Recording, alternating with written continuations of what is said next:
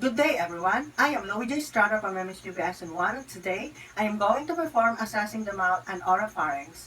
So many healthcare workers other than nurses, such as physician assistants, have the ability to evaluate the mouth and oropharynx. Although these clinicians may orally convey their findings and plans to other members of the healthcare team, the nurse must also be aware of where to access their paperwork in the client's medical record.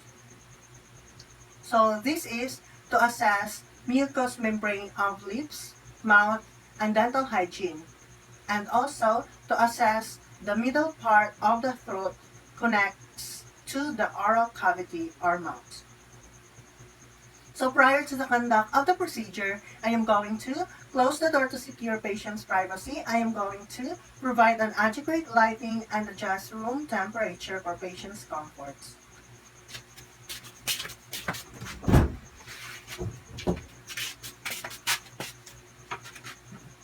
Then, we have to gather all necessary equipment. This is to prevent interruption of the procedure once commenced and to save time and energy.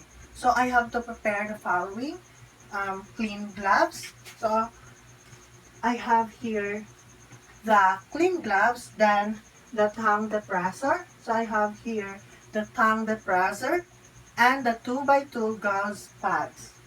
So I have here the 2x2 gauze pads here, and also the pen light, and lastly the pen and the documentation record here. Then do hand washing or apply alcohol. Hand washing or hand hygiene prevents the spread of infection.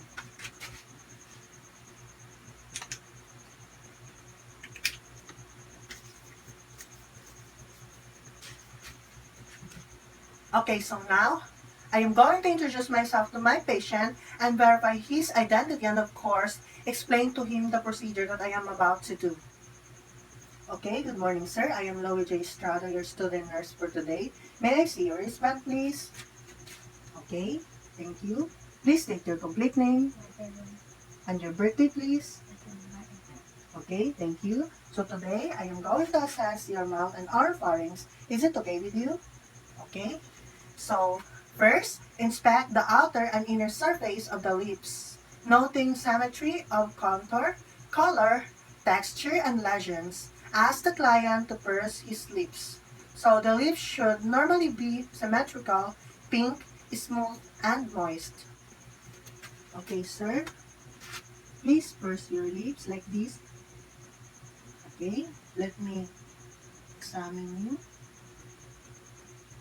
Okay, your lips are smooth and the color is pink. It's symmetrical and also it's moist. Okay, thank you sir. Then, inspect and palpate the inner lips and vocal mucosa for color, moisture, texture, and any presence of lesions. So, inner lips and vocal mucosa should be symmetrical, pink, smooth, and lesion-free. Okay sir. Kindly please open your mouth. Okay. So, its color is pink and it is symmetrical and also it's smooth and it's free of lesions. Okay, thank you sir. Then, ask the client to open his mouth. This is to provide a clear view of the inner area of the mouth. Okay, sir, kindly open your mouth. Okay. Thank you. Then, remove dentures if any. If able, you may ask the patient to this, her, or himself. This is to inspect condition and fit. So, removing the dentures nourishes the tissues that support the dentures. Okay, sir, do you have any dentures on your teeth? Okay, thank you. Then, inspect teeth and gums for discoloration and diseased or missing teeth. So, gums that are bright red or white may suggest the presence of gum disease. Okay, sir, can you open your mouth? Open it wide, sir. Okay. Let me examine. Please put your tongue up. Okay. So there is no missing teeth. And also your gums, their colors are the same. Okay, thank you, sir. Then, inspect the roof of the mouth for color and structure. So the mouth lining varies in color from reddish pink to brown to black gradations. Okay, sir, can you open your mouth? Again, I'll just examine the upper part of the mouth. Okay, it's reddish and also its structure, it's symmetrical. Okay, that's good. Thank you. Then, inspect all surfaces of the tongue and the floor of the mouth. So, the surface of the tongue should be pink, smooth, and devoid of lesions. Okay, sir, can you open your mouth? I just scan the surface of your mouth. Okay, so your mouth surface is color pink and it's symmetrical. Okay, okay, that's good also. Then, ask the client to protrude his tongue. Inspect the upper surface for color, texture, and position. This should be pink, smooth, and center aligned. Okay, sir, kindly protrude your tongue like this. Okay, okay, so it's pink, it's center aligned, and also it's free of lesions. Okay, thank you, sir. You may now close your mouth. Then, have the client place the tip of his tongue on the roof of his mouth. Use a pen light and inspect the underside of the tongue, frenulum, floor of the mouth, and submaxillary glands. So, this would enable us to see whether his tongue could move easily with no discomfort, and if the base of his tongue is smooth. So, okay now, sir, I am going to use a pen light to examine your mouth. Okay, can you put your tongue up? Open your mouth. Okay.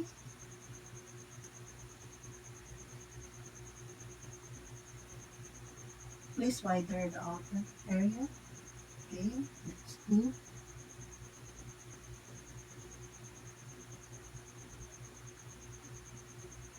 Okay. It's free of lesions. Its color is pink. There's no discoloration. Okay. It looks smooth. It's fine. Okay. Thank you, sir.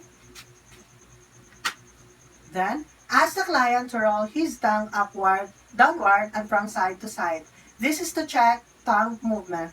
So, this is to inspect if the tongue can move freely. Okay, sir. Can you open your mouth? Open it wide, sir. Move your tongue upward. Okay. Move it downward. Then from side and to the other side. Okay. Its movement is normal. Thank you, sir. Then, wear gloves and palpate the tongue and the floor of the mouth. So gloves assist to avoid cross-contamination between caregivers and the patient.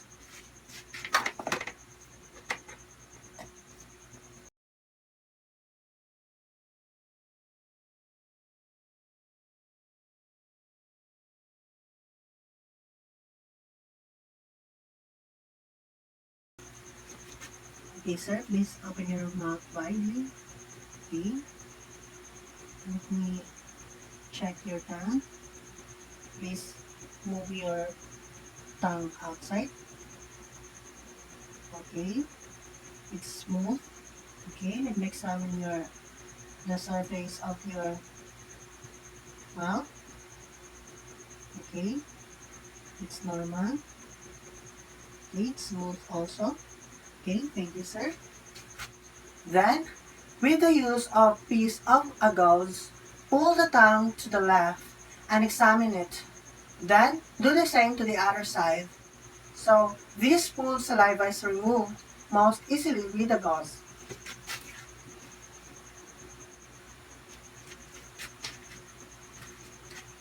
Okay, sir. Open your mouth widely. Open it widely. Okay. Put your tongue on the other side. Okay. That's good. Okay. It's smooth. Okay. The saliva is smoothing. Okay. Move to the other side again, sir. The tongue. Okay. Okay. Okay. It's fine. Okay. Open up. Then, ask the client to tilt his head back and open his mouth as wide as possible. This is to provide a clear view of the inner area of the mouth. Okay, sir, kindly open your mouth wide. Okay, put your back. Okay, open your mouth widely. Okay, so their colors are the same. Thank you, sir. Okay, now relax. Then, use a tongue depressor and shine a pen light into the oropharynx. So, tongue depressor helps in inspecting the oropharynx.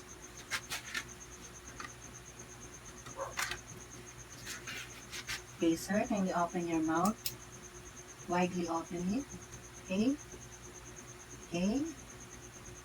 Move your tongue downward. Okay. Stick your tongue. Okay. Okay. They look fine. Okay, that's good.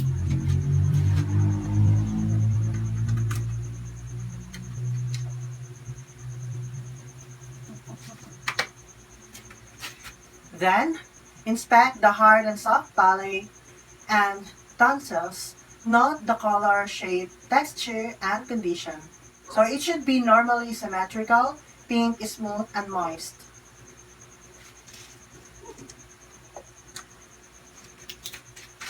Okay, sir, open it widely. Okay. Put your tongue down. Okay. So, its tonsil is symmetrical, it's moist, it's color pink, and it's free of lesions. Okay, that's good, sir. Keep it up. Then, to inspect the uvula, ask the client to say ah and watch the uvula as the soft palate rises. Inspect its position and mobility. So this is to inspect if it rises during vocalization, and it should be positioned midline. Okay, sir, I am going again to inspect your mouth. But this time it's the uvula. Okay, say ah. Okay, it's moving. It's rising. Okay, relax your tongue, sir. Okay, open widely your mouth. Okay. Okay, it's look fine. It's positioned in the midline. Okay, it's center aligned. Okay, sir, that's good. Then, inspect tonsils for color, ulcerations, exudate, and enlargement. So it should be pink, smooth, and normal in size with no discharge. Okay, sir, I'm going to inspect your tonsil. Open widely your mouth. Okay. Okay, your utensils looks good. It's fine. Its color is pink and it's symmetrical, and also it's free of lashes, and the size it's normal. Okay, there is no discharge. You can now close your mouth. Then test the gag reflex by touching the back of the soft palate with a tongue depressor. So the gag reflex may also be used to evaluate valgus and glossopharyngeal nerve damage. Okay, sir. Kindly open your mouth again. Open it widely. Okay. I'm going now to touch your soft palate. Okay. Okay. It's normal. It's soft. Okay. That's good. It's also free of lesions. The color is the same as your gums. Okay. That's good, sir.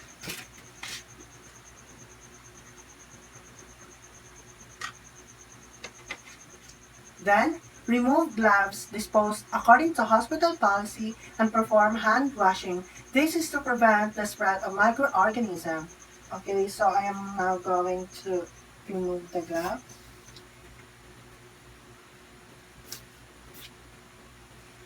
and dispose it to the hamper.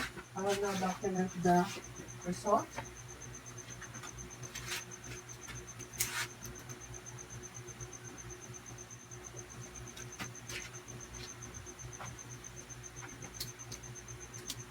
Thank you for your cooperation, sir.